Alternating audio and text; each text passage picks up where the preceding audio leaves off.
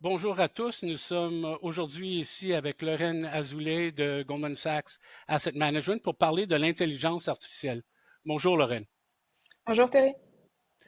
Donc, commençons avec une question de base. C'est quoi l'intelligence artificielle et pourquoi est-ce qu'on en entend parler de plus en plus dans les médias et partout?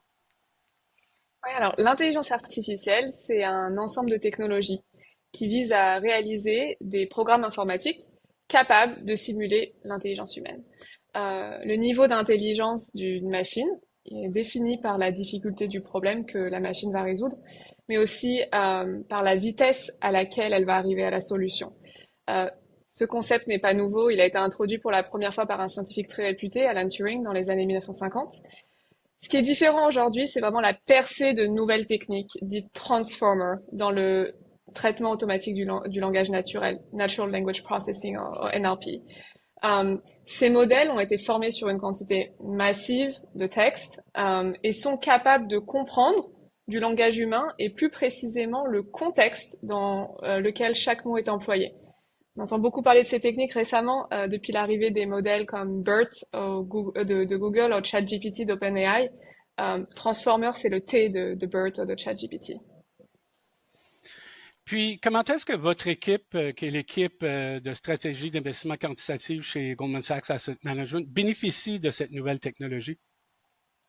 Alors, ces récents développements sont vraiment le résultat d'une évolution plutôt qu'une révolution. Et donc, pour nous, il ne s'agit pas de révolutionner notre approche d'investissement, mais plutôt de tirer parti de ces techniques pour nous aider à améliorer la façon dont nous évaluons les opportunités d'investissement.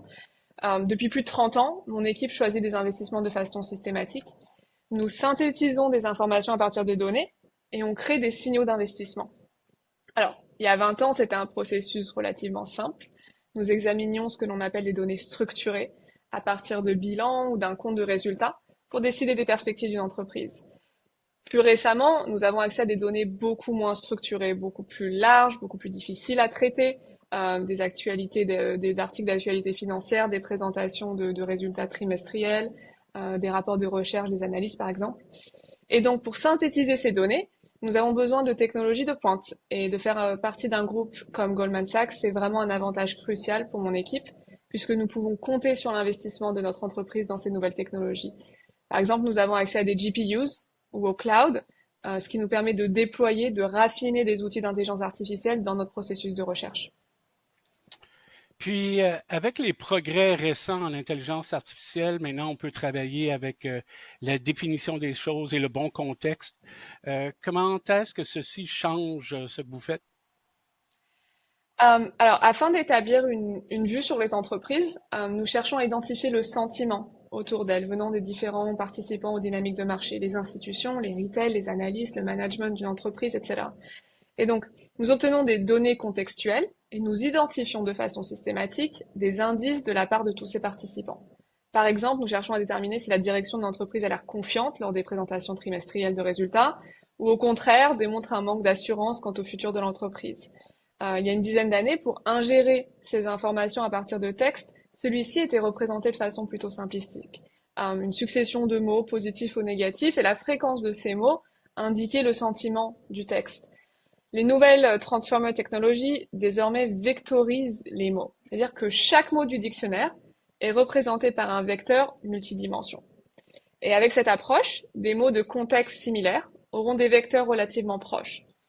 Les mots chien et chat, ils vont être très proches en termes de vecteurs. Et c'est très important dans le traitement texte parce qu'avec ces techniques, il y a une idée de proximité où il y a la notion de sémantique en fait qui apparaît. Ce sont des subtilités qui sont évidentes pour nous les humains lorsque nous lisons un texte, mais c'est assez difficile pour un programme à appréhender. Et donc ces nouvelles techniques nous permettent d'avoir une appréciation plus précise du sens des mots et du sentiment qu'ils véhiculent une fois remis dans leur contexte. On sait que Goldman Sachs est un chef de file, donc qu'est-ce que vous voyez dans votre boule de cristal? Qu'est-ce que l'avenir nous réserve? Beaucoup de choses intéressantes à venir. Mon équipe a passé beaucoup de temps à implémenter des techniques d'intelligence artificielle sur les données textuelles ces dernières années.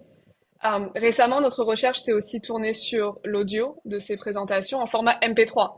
Donc un texte nous aide à comprendre ce qui est dit, Avec l'audio, on peut comprendre comment c'est dit.